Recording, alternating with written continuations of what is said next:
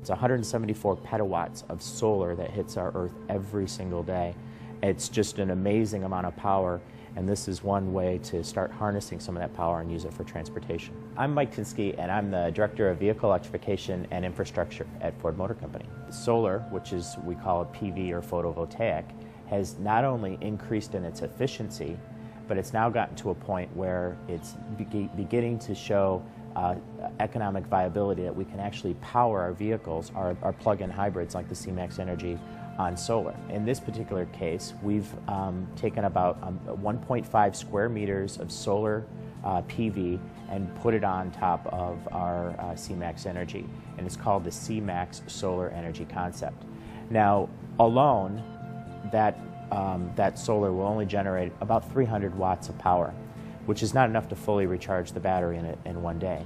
But if you take this vehicle and you couple it with what we call a solar concentrator, just basically being a lens that can magnify the solar energy, and what you end up with is a combination of vehicle plus infrastructure that can essentially recharge that C-Max Energy battery from 100% from solar energy. We're proposing a static canopy of nothing more than what we call Fresnel lens. It's acrylic, so it's a very low-cost canopy.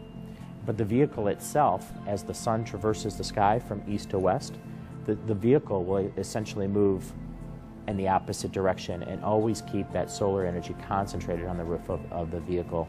So still using the same amount of solar on top of the roof, but getting that magnification that comes from low-cost infrastructure, such as the concentrator that we've been looking at. It's an innovative way to find a low-cost, clean, renewable way of recharging the C-Max Energy. SunPower cells are fundamentally different than conventional cells.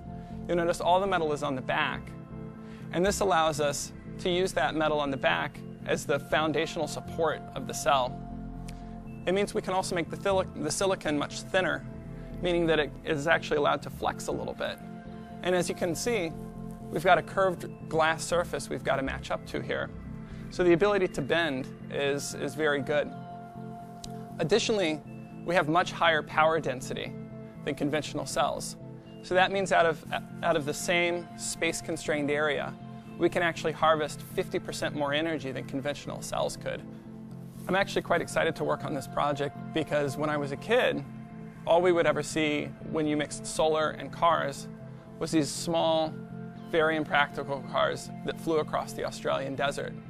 This project is extremely exciting because here we're actually taking real solar panels and we're adapting them to fit on top of a car. But it's not a lightweight car that's going to fly across the Australian outback. It's an everyday car that we could expect to see in the cities and on the highways. This solution, where you couple the infrastructure with the solar on the vehicle, essentially isn't reliant on a grid anymore. And so if you're in an area that doesn't have electricity either provided or a very unreliable source of electricity, this concept will still work. It's a freestanding concept. At Ford, we're really concerned about the environment. We're really concerned about sustainability, and this is a concept that could really improve that.